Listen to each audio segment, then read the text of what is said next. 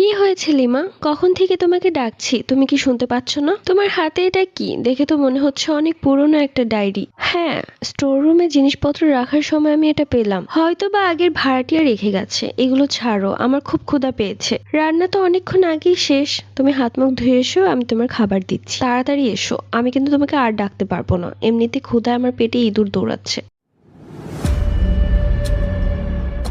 আমি লিমা। বোঝাই যাচ্ছে আমি এই ফ্ল্যাটে নতুন এসেছি। আমার হাজবেন্ড একজন সরকারি কর্মকর্তা আর আমার ছেলে মিহির, ওর বয়স মাত্র 2 বছর। আমরা এই তিনজন মিলেই আমাদের সুখী পরিবার। ঘর গোছানো শেষ হলে যে জিনিসপত্রগুলো স্টোর রুমে রাখা উচিত সেই জিনিসগুলো আমি স্টোর রুমে এক এক করে রাখছিলাম, কিন্তু তখনই আমার চোখ পড়লো স্টোর রুমের এক কোনায় পড়ে থাকা একটা পুরনো ডায়েরির দিকে। ডায়েরিটা দেখে মনে হচ্ছে অনেক পুরনো, ধুলো জমে কি অবস্থা হয়েছে। এমনিতে আমি বই পড়তে অনেক ভালোবাসি, আর এই ডায়েরিটা পেয়ে ভাবলাম এটাকেও পড়ে ফেলি। কিন্তু কি লেখা ছিল সে ডায়েরিতে, যার কারণে আমি এত মনোযোগ দিয়ে ডায়েরি পড়ছিলাম। আমার হাজবেন্ড আমাকে এত ডাকার পরেও আমার কান অবধি পৌঁছাচ্ছিল না। সব কাজ শেষ করে মিহিরকে ঘুম পাড়িয়ে আমি আবারও বসলাম সে ডায়েরি নিয়ে।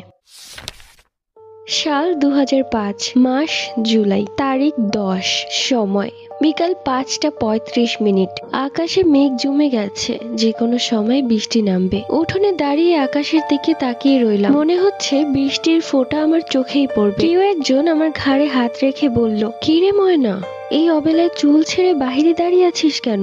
তোর কি জিন ভূতের ভয় নেই নাকি? চমকে উঠলাম, পেছনে তাকিয়ে দেখলাম আমার বাবার বন্ধু মকবুল চাচা। আরে চাচা, আপনি কেমন আছেন? ভালোই আছি রে ময়না, তুই কেমন আছিস? তুই তো দিন দিন ভারী সুন্দরী হয়ে উঠছিস। তখনই মা পেছন থেকে এসে বলল, আরে ভাইজান ভালো আছেন তো? অনেকদিন পর এলেন বাড়িতে। আমি তড়িহড়ি করে ঘরের দিকে দৌড় দিলাম। কেন যেন বাবার বন্ধু মকবুল চাচাকে আমার দু চোখে দেখতে ইচ্ছে করে না। সে যেন মুখে কথা বলতে পারে না, গায়ে স্পর্শ করাই লাগবে। এর আগেও বাবাকে বলেছি সে যেন আমাদের বাড়িতে না আসে, তারপরও কেন যে চলে আসে সেটাই বুঝি না। আপু, কে এসেছে? কে আর আসবে? সে লোকটা এসেছে।